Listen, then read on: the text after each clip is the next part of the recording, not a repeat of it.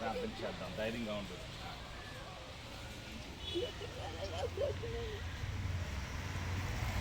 క్రీస్తు రక్తం ద్వారా తండ్రి నీ సన్నిధికి వస్తున్నాము. నీ ప్రేమకే వందనాలయ్యా. నీకు మాత్రం బట్టి నీకు వందనాలు.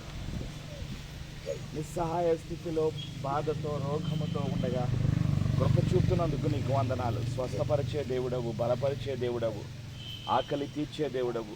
యేసయ్యా నీకు వందనాలు. మా అందరి కొరకు, మనుషులందరి కొరకు సిలువలో మరణించి సమాధి చేయబడి తిరిగి లేచిన సజీవుడవు యేసు ప్రభువా నీకు వందనాలు. నీకు మాతకు నువ్వు కృప చూపుతున్నందుకు నీకు వందనాలు. క్రీస్తు రక్తము ద్వారా మా పాపాలను కడిగినందుకు నీకు వందనాలు. మా అపరాధముల నిమిత్తమై, మా దోషముల నిమిత్తమై, మా పాపముల నిమిత్తమై క్షమాపణ అడుగుచున్నాము. యేసయ్యా నీ రక్తములో మా పాపాలను కడిగినందుకు వందనాలు. పరలోకాన్ని నిత్య జీవాన్ని ఇచ్చినందుకు నీకు వందనాలయ్యా. యేసు ప్రభువా నీ రాజ్యానికి వారసులుగా చేసినందుకు నీకు వందనాలు. బలహీనతను, బాధను నీవు తీసివేస్తున్నందుకు నీకు వందనాలు. జీవమును అనుగ్రహిస్తున్నందుకు వందనాలు. నిత్య జీవాన్ని ఇచ్చినందుకు నీకు వందనాలు.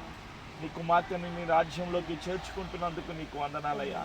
ఈ భూలోకంలో, ఈ శరీరంలో, ఈ బాధతో, ఈ రోగముతో ఇక్కడ ఈ విధంగా నివసించే కన్నా ఈ శరీరాన్ని వదిలిపెట్టి ఆత్మ నీ సన్నిధికి రావటం ఎంతో మేలు అని నేను నమ్ముచున్నాను తండ్రి. ఆత్మల కాపరివైన యేసయ్యా నీ కుమార్తెను నీ రాజ్యంలో త్వరగా తీసుకుని వెళ్ళు తండ్రి. కృపచూపు తండ్రి. బలపరచు, స్వస్థపరచు. నీ రాజ్యానికి వారసులుగా చేయి. బంధకాలను, చీకటి అధికారాలను యేసునామములో తెంచివేస్తూ ఇంతకాలం నువ్వు చూపిన కృపకై వందనాలు. నువ్వు చేసిన మేలులకై వందనాలు. ఇచ్చిన ఆహారానికే వందనాలు. కాపుదలకై వందనాలు. క్రీస్తు రక్తము ద్వారా ఇచ్చిన విమోచనకై, విడుదలకై, నిత్య జీవానికై వందనాలు.